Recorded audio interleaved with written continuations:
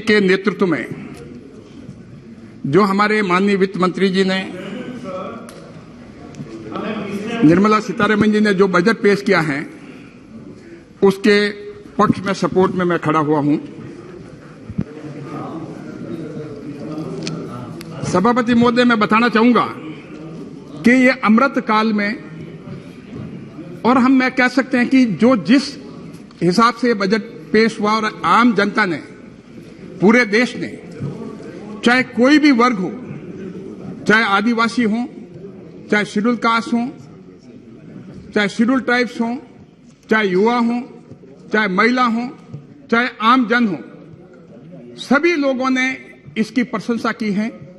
और उसके साथ साथ मैं कह सकता हूं कि सभी वर्गों ने, चाहे मिडिल क्लास हो, चाहे इंडस्ट्री हो, और ग्लोबली भी हम आए करके, और मीडिया की अगर बात करें तो किसी ने भी बजट को, क्योंकि चुनाव 2024 में होने हैं, किसी ने भी ये बात नहीं कही कि ये इलेक्शन बजट है। ये बजट ऐसा बजट है जो कि आधार इंफ्रास्ट्रक्चर बेस्ड बजट है, और एक लंबी सोच का बजट है, एक विजनरी बजट है। ये देश हित में बजट है और सभी के हित में बजट है। और यही कारण है कि जिस हिसाब से पिछले प्रधानमंत्री मोदी जी के नेतृत्व में देश में अर्थव्यवस्था में जो उछाल आया है, जो कि आज भारत 5वें पायदान पे है। आज भारत 5वीं लार्जेस्ट इकोनॉमी है वर्ल्ड में, जो कि पहले 2014 में 10 पे थी। वो अपने आप में एक बहुत बड़ा इंप्रूवमेंट हुआ है। और इससे एक आम जनता में, आम जन में और पब्लिक में एक कॉन्फिडेंस, एक आत्मविश्वास डेवलप हुआ है कि हम भारत अगले 100 सालों में कैसे बनाने वाले हैं।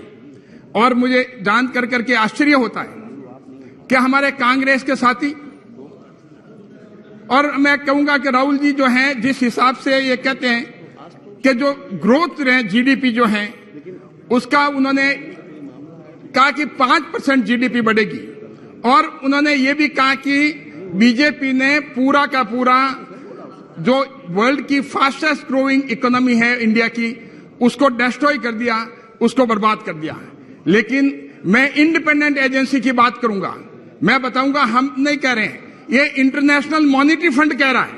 और उसकी रिपोर्ट में, इंटरनेशनल मॉनेटरी फंड की रिपोर्ट में एक लाइन कोट करना चाहूंगा, quote, India better position to navigate global headwinds than other emerging economies. Indian economy survey has predicted the economic growth at the rate of 7% in 2023. Just a moment. Now it's 6 o'clock. If the House agrees, then we extend the House for 2 hours till 8 o'clock. Oh, agreed? 2 घंटे के लिए बढ़ा दिया। 2 घंटे के लिए। 2 घंटे के लिए। Thank you. धन्यवाद। House is extended for 2 hours. तो मेरा speech will not extend for 2 hours. I am assuming this, sir.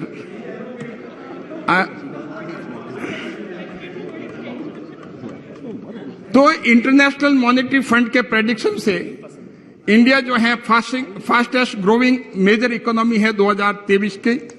और मैं ये कह सकता हूं कि इंडिया जो है एक ब्राइट स्पॉट, जबकि पूरे विश्व में एक डार्क हॉराइजन बना हुआ है।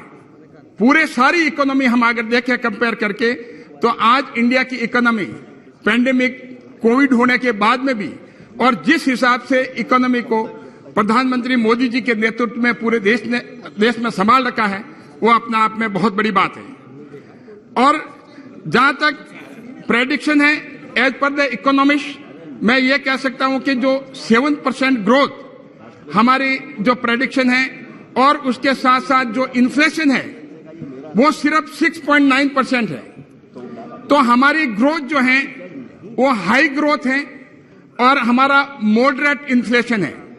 और हम अगर दूसरे इकोनॉमीज की बात करें, वर्ल्ड की सबसे बड़ी इकोनॉमी अगर यूएसए की बात करें, उसकी ग्रोथ सिर्फ 1.7% है, और भारत की ग्रोथ जो है वो 7% है। आप डिफरेंस सोच सकते हैं कि इतनी मेजर इकोनॉमी को अगर हम कंपेयर करें तो इंडिया की इकोनॉमी 7% की ग्रोथ पे चल रही है और अमेरिका की 1.7, और जहां तक वहां का इन्फ्लेशन का सवाल है, इन्फ्लेशन वहां पर 8.1% है। तो हम कह सकते हैं कि इंडिया में जो है हाई ग्रोथ है, मॉडरेट इन्फ्लेशन, और अमेरिका का जो अगर हम देखें तो लो ग्रोथ और हाई इन्फ्लेशन। और जहां जर्मनी की बात करें वहां 1.6% ग्रोथ है और उसका इन्फ्लेशन जो है 8.4% है। तो वहां पर भी लो ग्रोथ और हाई इन्फ्लेशन। मैं दूसरी इकोनॉमी जो और भी हैं, जो डेवलप्ड इकोनॉमी, उनकी बात नहीं करना चाहूंगा, लेकिन वो भी जो है वो इंडिया से बेटर पोजीशन में नहीं है। तो आज पूरे विश्व में अगर हम देखे जाए तो इंडिया की ग्रोथ रेट जो जीडीपी की है 7%, अपने आप में एक बहुत बड़ी बात है। मैं ये जो कोड जो है मॉर्गन स्टैनले में ने भी, उन्होंने भी कहा कि India to surpass Japan, Germany to become the third largest economy by 2027। तो अपने आप में बहुत बड़ी बात है कि जो प्रधानमंत्री मोदी जी के नेतृत्व में हमारे बजट में जो आधारभूत ढांचा रखा गया है, जो एक फाउंडेशन और नींव रखी गई है, उस पे जो हमारा फाउंडेशन और नींव जबरदस्त सॉलिड है। और उनका विजन है कि 2027 तक हम जापान और जर्मनी को भी सरपास कर सकें। जहां तक फाइनेंशियल टाइम्स ने भी India plan to take on China as South Asia's favourite leader with the private sector help the new Delhi step spending on infrastructure in neighbouring countries also. तो कहने का मतलब है कि आज जो है जिस हिसाब से ये कह रहे हैं कि इंडिया जो है डिस्ट्रॉय कर दी है, लेकिन बिना फैक्ट की जांच करें, लेकिन वैसे पूरा देश इनको गंभीरता से लेता भी नहीं है। अगर उनको यही पता नहीं है कि 7% और 5% में कितना फर्क है, उनके कांग्रेस के लीडर कह रहे हैं 5% ग्रो करेगी, इंटरनेशनल मॉनिटरी फंड की प्रेडिक्शन है कि 7% करेगी। तो कहने का मतलब है कि इनको ये जो है ये जान लेना चाहिए। तो मैं इस बारे में कहना चाहूंगा कि कश्ती चलाने वालों ने जब हार के कर दी पतवार हमें, लहर लहर तूफान मिले और मौज मौज मजेदार हमें, फिर भी दिखाया है हमने और फिर ये दिखा देंगे सबको। इन हालातों में आता है दरिया करना पार हमें। तो मैं सभापति महोदय ये भी बताना चाहूंगा, जहां तक कॉस्ट ऑफ लिविंग की बात है, अगर हम कॉस्ट ऑफ लिविंग, जब बड़ा शोरगुल हुआ संसद में तो कहा गया साहब कि बहुत महंगाई है, ये है वो है, लेकिन इन्होंने ये कंपेयर नहीं किया कि ग्लोबल इफेक्ट जो है वो इंडिया पे नहीं और इकोनॉमीज पे हुआ। तो अगर हम कॉस्ट ऑफ लिविंग देखा जाए तो मैं कुछ 2-3 कंट्री की अगर कंपेयर करूं, इंडिया में यूनाइटेड स्टेट्स, यूनाइटेड किंगडम और जर्मनी, इन सभी में कॉस्ट ऑफ लिविंग इंडिया में सबसे कम है। अगर इंडिया में कॉस्ट ऑफ लिविंग $416 है तो अमेरिका में $2112 है और यूनाइटेड किंगडम में $1804 है, जर्मनी में $1325 है। तो आज कॉस्ट ऑफ लिविंग इंडिया में सबसे कम है।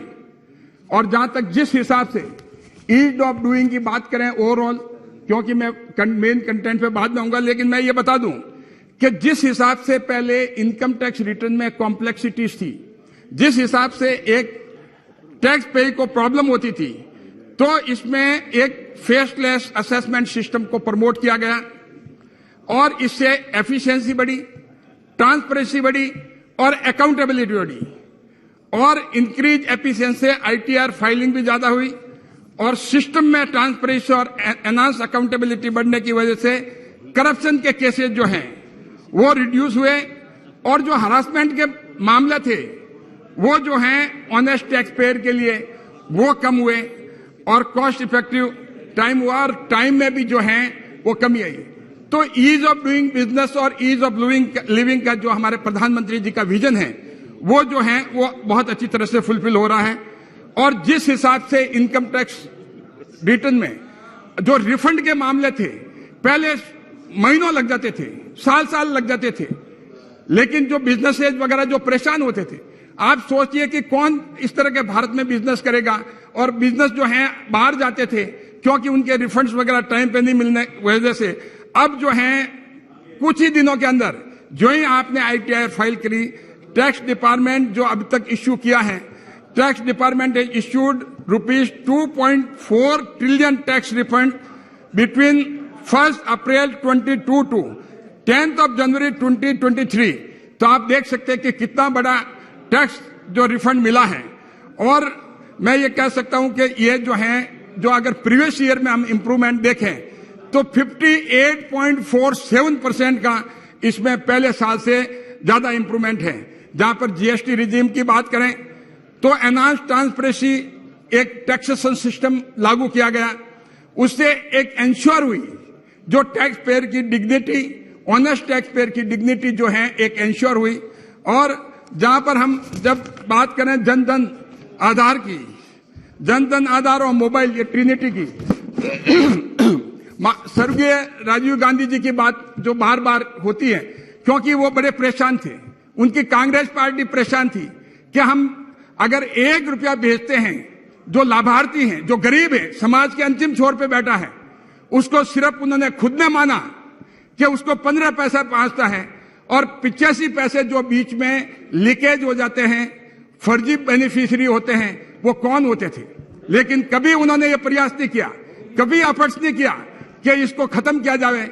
लेकिन मैं धन्यवाद देता हूं, पूरा देश धन्यवाद देता है, पूरे देश के गरीब धन्यवाद देते हैं, पूरे देश के लाभार्थी मोदी जी को धन्यवाद देते हैं कि उन्होंने ये जो जिस हिसाब से पहले जनधन अकाउंट खुलाने, तो उस समय मजाक उड़ाया जा रहा था, तो आज जो जनधन अकाउंट है देश में, और जिस हिसाब से जनधन अकाउंट आधार, आज टोटल जनधन अकाउंट जो देश में है 48 करोड़ से भी ज्यादा है इस स्कीम के तहत में, और आधार होल्डर जो देश में है करीब 135 करोड़, 136 करोड़ के आसपास। ये अपने आप में बहुत बड़ी बात है। आप देख लीजिए कि आज देश के हर व्यक्ति के पास आधार है, उसको चिंता नहीं है, उसको ये पता है कि अगर मोदी जी मुझे दिल्ली से अगर मेरे एक लाभार्थी के रूप में पैसे भेजेंगे तो सीधे मेरे खाते में जाएंगे, कोई लीकेज नहीं होगा। और उसके अलावा आज मोबाइल फोन जो है जिसपे उसपे मैसेज वगैरह मिलता है, करीब 1.2 बिलियन, मतलब करीब 600 मिलियन स्मार्टफोन यूजर्स है हमारे देश में। तो आज हम कह सकते हैं इन ट्रिनिटी की वजह से डायरेक्ट बेनिफिट ट्रांसफर जो है बहुत बड़ा लीकेज, जो फर्जी बेनिफिशियरी थे और जो फेक बेनिफिशियरी थे, लीकेज था, वो लीकेज रुका और सीधा का सीधा उसको पहुंचा। हम पहले पूछते थे कि भाई आपके पास में सरकार का जो पैसा आता है, कहते साहब जितना आता है 1000 रुपया आना तो 500 रुपये बीच में खा जाते थे और कई फर्जी बेनिफिशियरी बन जाते थे। लेकिन आज ये समस्या जो है हमारे यहाँ नहीं है, और इसका धन्यवाद जो जाता प्रधानमंत्री मोदी जी को जाता है। गरीब देश का आज समाज के अंतिम छोर पे जो व्यक्ति बैठा है वो खुश है कि उसके खाते में जो है सीधा पैसा पहुंचता है। और इस स्टेबल और ट्रांसपेरेंट रिजीम की वजह से करीब आप देखिए करीब 27 लाख करोड़ रुपया जो है वो बेनिफिशियरियों को पहुंचा है। माननीय सभापति महोदय, मैं बताना चाहूंगा 27 लाख करोड़ सिर्फ डायरेक्ट बेनिफिट ट्रांसफर से पहुंचा है। और अगर ये लीकेज होता तो आप अनुमान लगाइए, मोटे मोटे तौर पे 10 लाख करोड़ से ज्यादा ये लीकेज होता और फर्जी लोगों के पास जाता और या भ्रष्टाचार की भेंट चढ़ जाता। उस बेनिफिशियरी के पास, उस गरीब के पास पैसा नहीं पहुंचता। आज 27 लाख करोड़ उनके खातों में सीधा पहुंचा है। और जब ये आधार जब आया तो कांग्रेस के नेता बार बार कहने लगे कि तो आधार जो है ये तो बीजेपी का जो सर्विलेंस टूल है, ये गरीबों के साथ मजाक है। क्या वो कांग्रेस नहीं चाहती है कि डायरेक्ट बेनिफिट ट्रांसफर से गरीबों के खातों में सीधा पैसा पहुंचे? जब उन्होंने कहा कि ये सिर्फ आधार जो है सर्विलेंस के लिए है, तो आप चाहते हैं कि आधार गरीबों को जारी नहीं हो। लेकिन इसकी वजह से जो बहुत बड़ा बेनिफिट हुआ है, और मैं ये भी कहूंगा जिस हिसाब से प्रधानमंत्री मोदी जी का विजन मेक इन इंडिया और आत्मनिर्भर भारत की वजह से हमारी मैन्युफैक्चरिंग कैपेसिटी इंक्रीज हुई है, एनहांस हुई है, एम्प्लॉयमेंट का अनाउंसमेंट हुआ है, और हमारी उसी वजह से कॉन्सिक्वेंशियल इफेक्ट की वजह से हमारी जीडीपी भी बढ़ी है। और जिस हिसाब से आज सेल्फ रिलायंट इंडिया अमृत काल में जो है enhance production of computer chip, semiconductor chips, और ये अपने आप में बहुत बड़ी बात है कि सेमीकंडक्टर चिप इंडिया में बनना और जिस हिसाब से उसके प्रोडक्शन इंक्रीज होना और एयरक्राफ्ट इंक्रीज होना और इनका एक्सपोर्ट होना, ये अपने आप में बड़ी बात है। और मैं ये भी बताना चाहूंगा कि एक टाइम था जिस समय हम कहते थे कि 4 लाख करोड़ का लगभग इलेक्ट्रॉनिक्स डिवाइसेस, चाहे मेडिकल डिवाइसेज हो, चाहे कोई तरह की डिवाइसेज हो, वो हमें इंपोर्ट करनी थी। और उसके इंपोर्ट से हमारा कितना जो है फॉरेन करेंसी जो है वो खराब होता था, वो जाता था उसमें। लेकिन आज जो मोदी जी का विजन, प्रधानमंत्री जी का विजन कि ये चीजें जो हमारे यहाँ इंडिया में मैन्युफैक्चर होनी चाहिए, इलेक्ट्रॉनिक्स डिवाइसेज चाहे मेडिकल डिवाइसेज हों, चाहे मोबाइल से संबंधित हों, ये अगर यहाँ मैन्युफैक्चर होने से तो कम से कम हमारा जो है यहाँ पर एम्प्लॉयमेंट मिलेगा और देश की जीडीपी बढ़ेगी और आगे बढ़ेगा। तो आज हम देख सकते हैं, जहां तक एयरक्राफ्ट की बात मैं करूं तो वहां पर इंक्रीज हुआ हमारा एक्सपोर्ट, हमारा improved structure for air transport हुआ, इंक्रीज प्राइवेट पार्टिसिपेशन हुआ और इंप्रूव्ड कनेक्टिविटी हुई। यह आज देखने को मिलता है।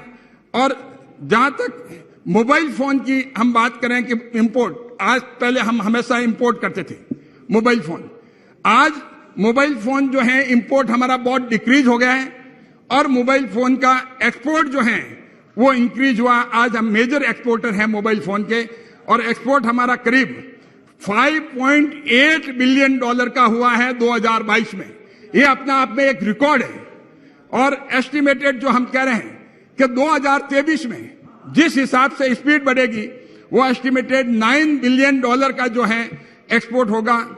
और जहां तक टॉयज वगैरह की बात करें, चाइना से खिलौने तक चाइना से आते थे, लेकिन मोदी जी की दूरदृष्टि की ये चीजें जो हम अगर यहां मैन्युफैक्चर नहीं करेंगे तो हमें कितना लॉस होगा, हमारी फॉरेन करेंसी जो है कितनी जो बेकार जाएगी। तो आज इंपोर्ट जो है करीब 60% इंपोर्ट टॉयज में डिक्रीज हुआ है और एक्सपोर्ट जो है करीब 70% इंक्रीज हुआ है। तो आज जो है उसमें बहुत बड़ा रेवेन्यू का फायदा हुआ है और इसका सीधा फायदा किसको गया? हमारे एमएसएमईज को गया। आज देश में सबसे ज्यादा परसेंटेज में हम इंडस्ट्री को देखें तो हमारे एमएसएमईज हैं और एमएसएमईज में छोटे छोटे लोग गांवों के जो हैं वो इन्वॉल्व हैं। तो मोदी जी का विजन है कि हमारी एमएसएमईज जो हैं और आगे कैसे बढ़े, उनका प्रोडक्शन और कैसे बढ़े, उनको लोगों को रोजगार कैसे मिले। जहां तक डिफेंस एक्सपोर्ट्स की बात है, यह इंडस्ट्री अपने आप में बहुत मजबूत हुई है और एक्सपोर्ट जो है लगभग 6 टाइम्स बढ़ना अपने आप में बहुत बड़ी बात है। और जो कि हमारा डिफेंस एक्सपोर्ट जो है करीब लगभग 14,000 करोड़ जो है वो 2022 में क्रॉस कर चुका है। और हमने एनहांस प्राइवेट पार्टिसिपेशन और इंक्रीज एफडीआई की वजह से और भी जो आगे हमारा फ्यूचर जो है इसमें बहुत जबरदस्त है।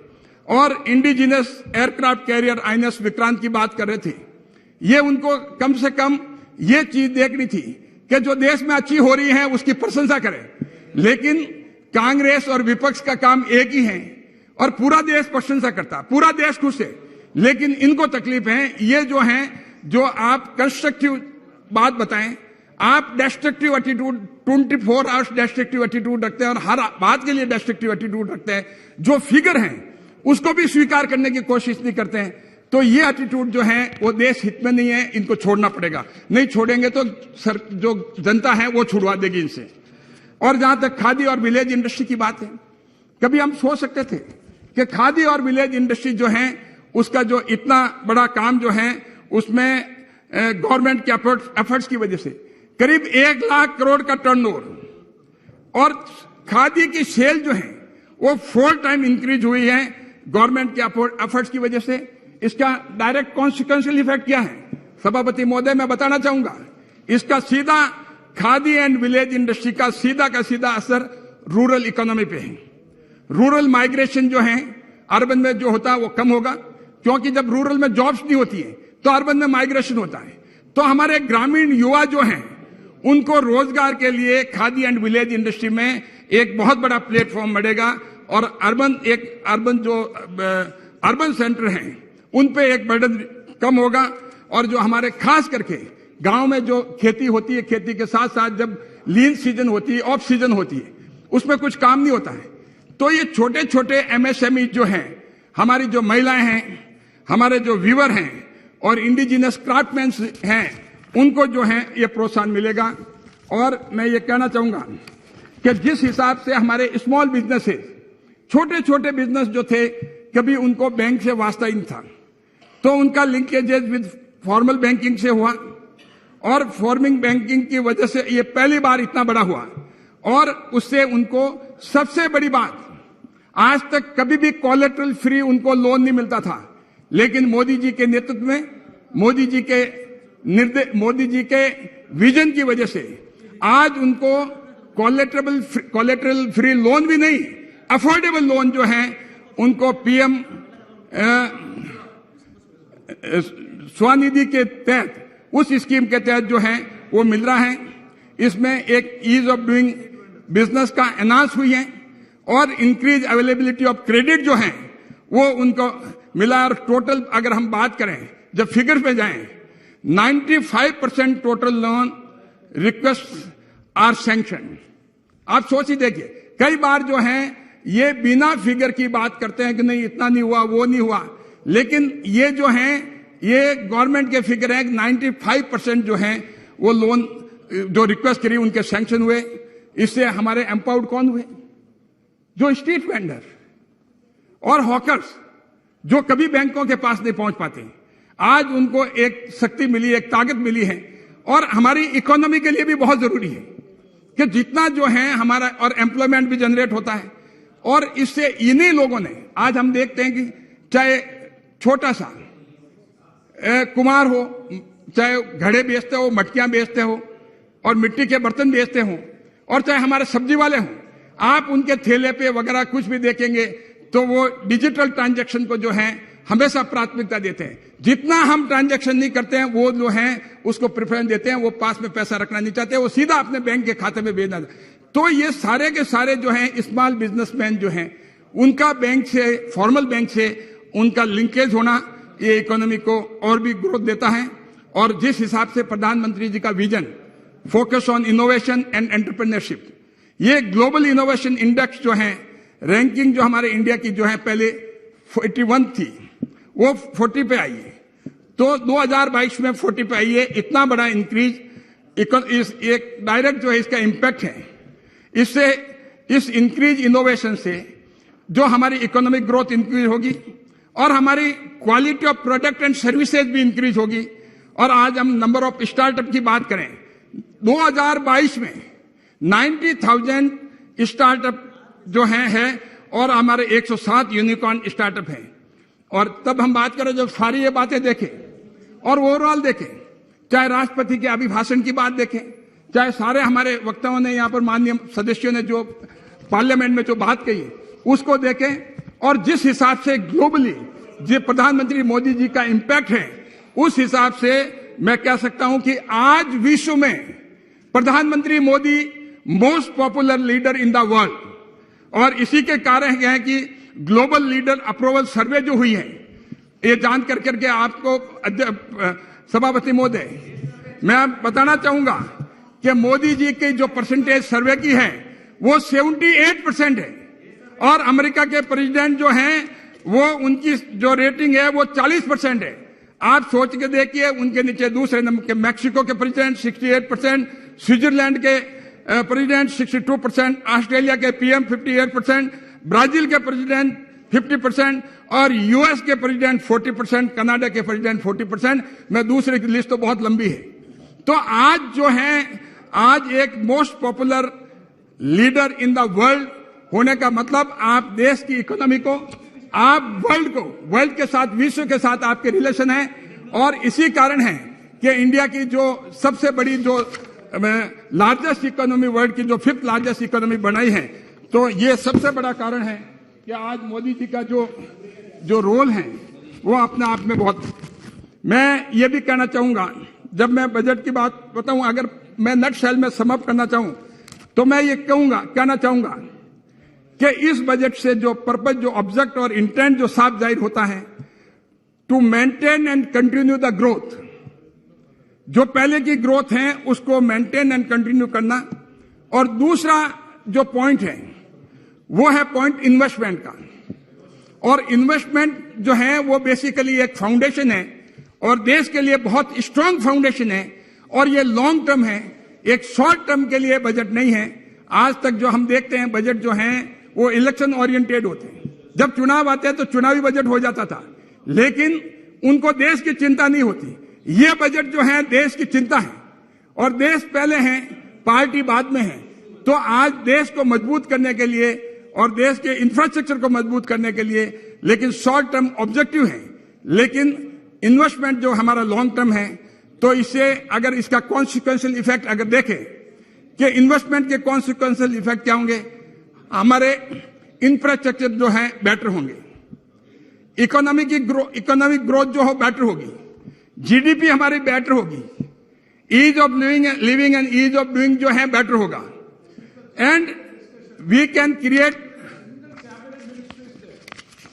Create more jobs for MSCs and all this. So sir, इस बजट से जो है जॉब जो है वो ज्यादा क्रिएट होगी, क्योंकि MSMEs वगैरह को भी जो है वो प्रोत्साहन दिया जा रहा है, और वेलफेयर स्कीम्स इसके साथ साथ जो है वेलफेयर स्कीम को भी ध्यान रखा गया है कि समाज के अंतिम छोर में व्यक्ति बैठा है उसको भी जो मदद मिलेगी। और सभापति महोदय, और मोस्ट इंपॉर्टेंट एस्पेक्ट, ये सभी करते हुए इस बात का ध्यान रखना है प्रूडेंट फाइनेंशियल मैनेजमेंट।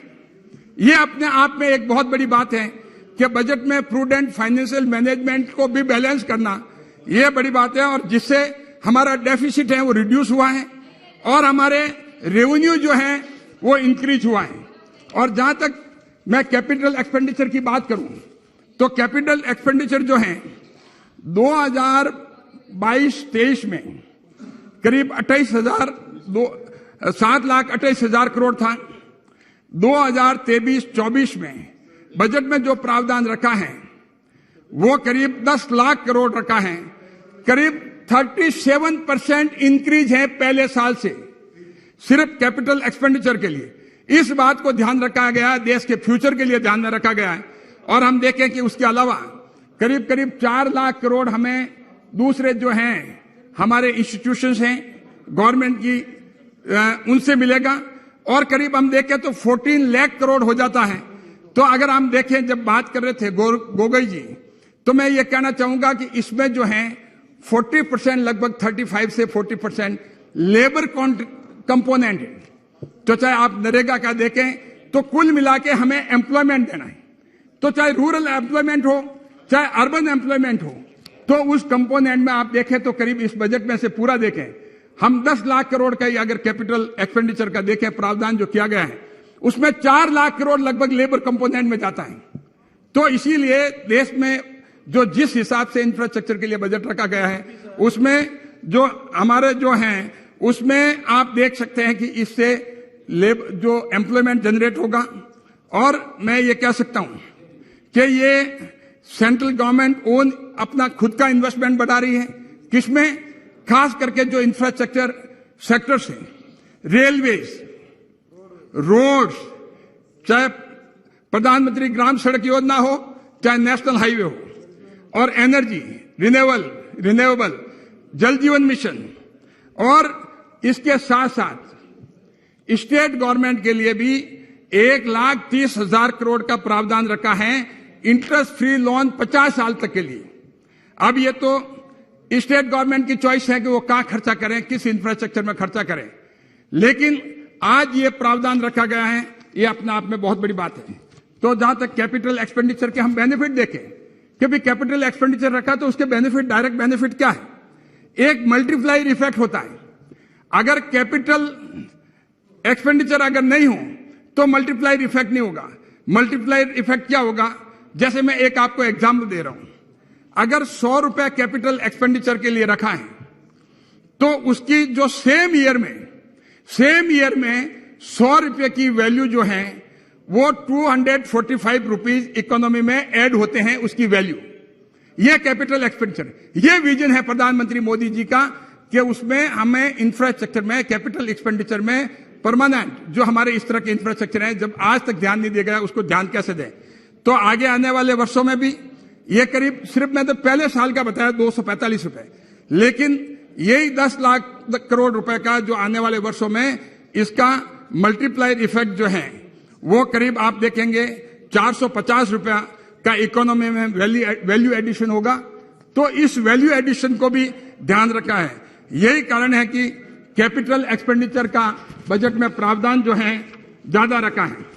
जब हम प्राइवेट इन्वेस्टमेंट, क्राउड इन, जो टेक्निकल वर्ड हम कह सकते हैं, तो प्राइवेट सेक्टर को भी इससे एनकरेजमेंट मिलेगा, क्योंकि उनको पता है कि जब गवर्नमेंट का कैपिटल एक्सपेंडिचर है तो प्राइवेट सेक्टर भी उसमें और सम्मिलित होंगे।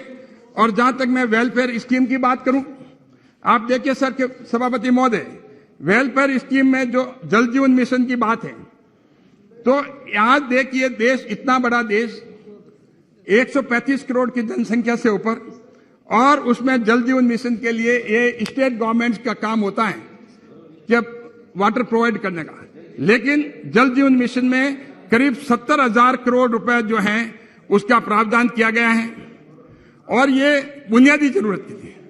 और आप देखें उसमें मैं इसके साथ ये भी कहूंगा कि इससे एक एम्प्लॉयमेंट जनरेट होगा। और इसके साथ साथ जब राजस्थान की बात आती है, मैं तो राज्यों को भी जो है, जिस हिसाब से राज्य स्पेंडिंग करते हैं, राजस्थान जो है पानी से तरस रहा है। पानी जो है राजस्थान में अवेलेबिलिटी कम है, और खास करके पश्चिमी राजस्थान में। जब पश्चिमी राजस्थान में और राजस्थान में पानी की कमी है, और प्रधानमंत्री मोदी जी ने जल जीवन मिशन के तहत में राजस्थान की कांग्रेस सरकार को 27,000 करोड़ रुपए दिए, लेकिन सरकार की हालत यह है, कांग्रेस सरकार की हालत यह है कि उसमें से सिर्फ वो 2700 करोड़ ही खर्च कर पाए। तो इसीलिए ये जो है, ये काम है राजस्थान की कांग्रेस सरकार का, उनको स्पेंड करने का, और राजस्थान की गरीब जनता को जो गांव में, जो ढाणियों में रहती है, उनको पानी पहुंचाने का, लेकिन वो नहीं कर पा रही है।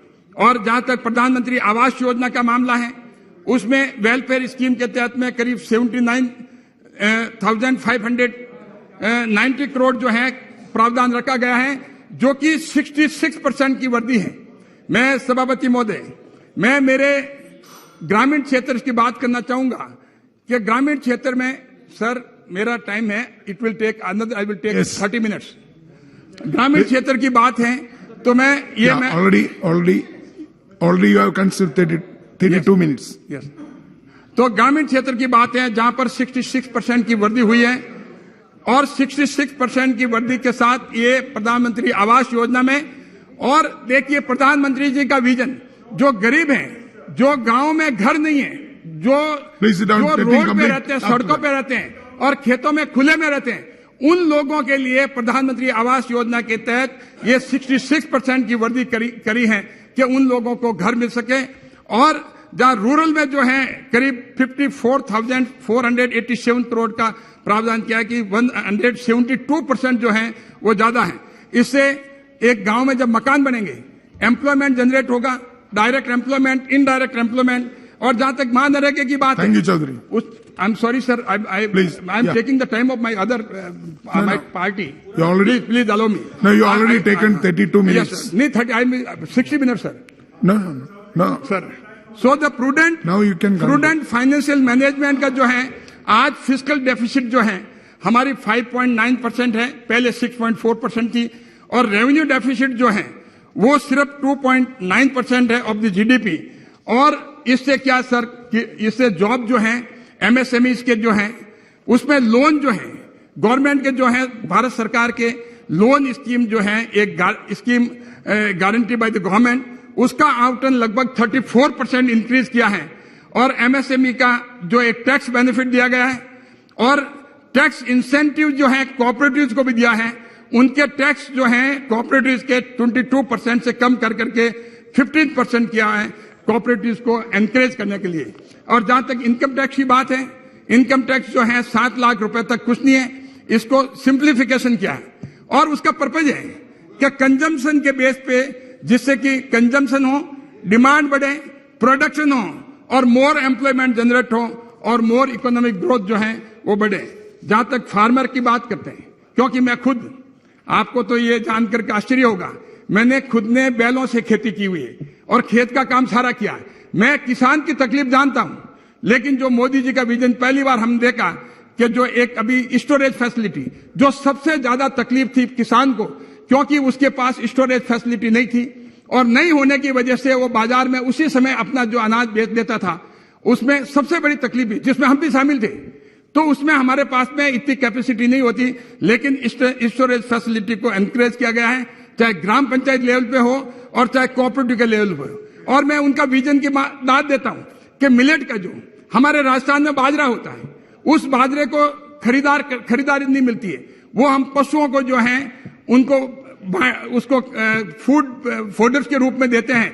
लेकिन इसको मिलेट्स को एक इंटरनेशनल लेवल तक पहुंचाना और एक अपने आप में एक इसको एनकरेज करना, ये अपने आप में एक प्रधानमंत्री मोदी जी का बहुत विजनरी है, एक किसानों के लिए बहुत फायदे का है।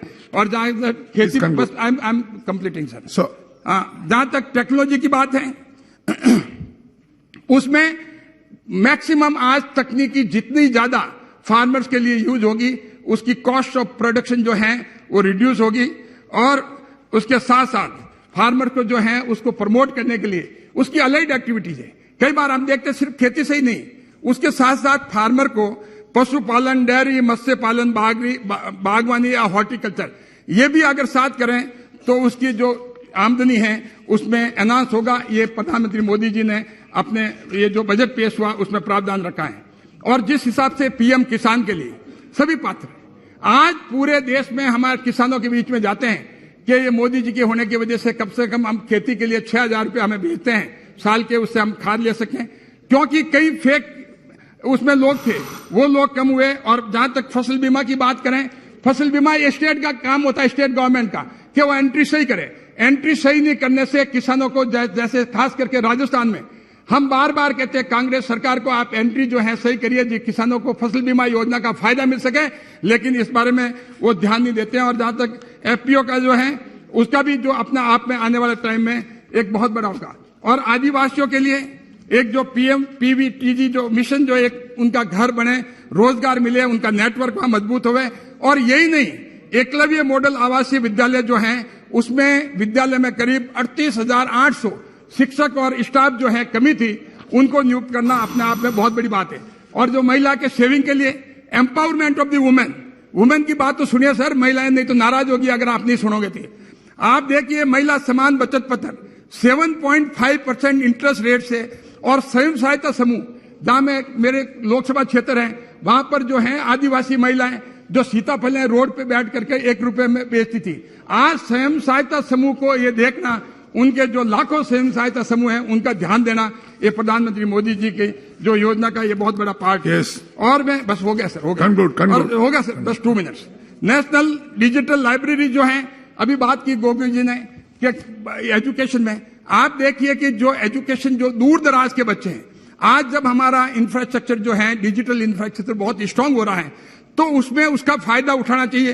तो नेशनल डिजिटल लाइब्रेरी जो दूर दराज चाहे आदिवासी इलाका हो चाहे कहीं हो, तो उसमें एक कॉस्ट इफेक्टिव, एक एक्सेसिबिलिटी बनेगी, क्वालिटी सर्विस मिलेगी, और एक वर्ल्ड क्लास एजुकेशन जो है उसमें लाइब्रेरी तक उनकी एक्सेसिबिलिटी जो है हमारे बच्चों की बनेगी। और 150 मेडिकल कॉलेज है, लेकिन उसके साथ नर्सिंग कॉलेज नहीं है। 150 न्यू नर्सिंग कॉलेजेस के जो प्रावधान रखा है वो अपने आप में बहुत बड़ी बात है। तो जनरल एलोकेशन जहां तक है, मैं राजस्थान की बात करूं, राजस्थान को जो है बजट में करीब पहले 20,360 करोड़ मिले थे, अब की बार 61,552 करोड़ राजस्थान को मिले हैं। और मैं धन्यवाद देता हूं रेल मंत्री जी को और हमारे फाइनेंस मिनिस्ट्री जी को, जो दोनों मिलकर के जो पहले औसत खर्च राजस्थान के लिए रेलवे के लिए 2009 से 14 तक 682 करोड़ था, वो अब इस बजट में 9,532 करोड़ कर दिया गया है। और राजस्थान की अगर डेट की बात करें, अगर फिस्कल मैनेजमेंट, फाइनेंशियल मैनेजमेंट की बात करें, तो मैं कह सकता हूं कि सारे देश के स्टेट जो हैं उनका फाइनेंशियल मैनेजमेंट 29% ऑफ जीएसडीपी है, लेकिन राजस्थान का जो जीएसडीपी है वो 40% है। बस कंक्लूड हो गया सर। और मैं अब ये कहना चाहूंगा सर, जिस हिसाब से जो चैलेंजेस थे, उन चैलेंजेस को चाहे कोविड के टाइम थे, प्रधानमंत्री गरीब कल्याण अन्न योजना जो 28 महीने तक 80 करोड़ की, चाहे वैक्सीनेशन 200 करोड़ का और 200 करोड़ वैक्सीनेशन, और चाहे हेल्थ का जो लॉन्ग टर्म इंफ्रास्ट्रक्चर की मजबूती देने के लिए Ayushman Bharat, health infrastructure mission, infrastructure rail, road, energy और कम्युनिकेशन में जिस हिसाब से ये बजट जो का प्रावधान रखा गया है अपने आप में बहुत है, बहुत अनुकरणीय है। और मैं हमारे प्रधानमंत्री जी मोदी जी के नेतृत्व में जो हमारे माननीय वित्त मंत्री निर्मला सीतारमण जी ने जो बजट पेश किया है उसको मैं सपोर्ट करता हूं। और आखिर में मैं ये कहकर के मेरी वाणी को विराम देता हूं, कुछ तो फूल खिलाए हमने और कुछ फूल खिलाने हैं, मुश्किल है ये बाग में, अब तक कांटे कई पुराने हैं। धन्यवाद।